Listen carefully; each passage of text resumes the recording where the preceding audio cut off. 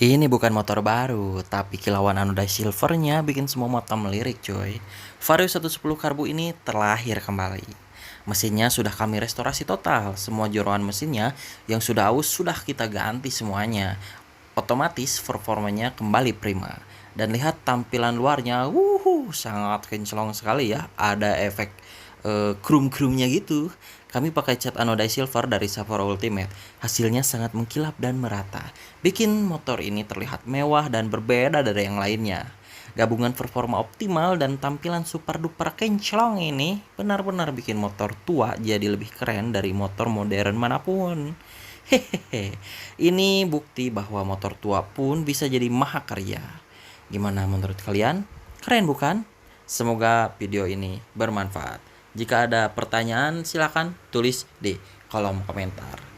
Jangan lupa subscribe dan like-nya ya. Terima kasih.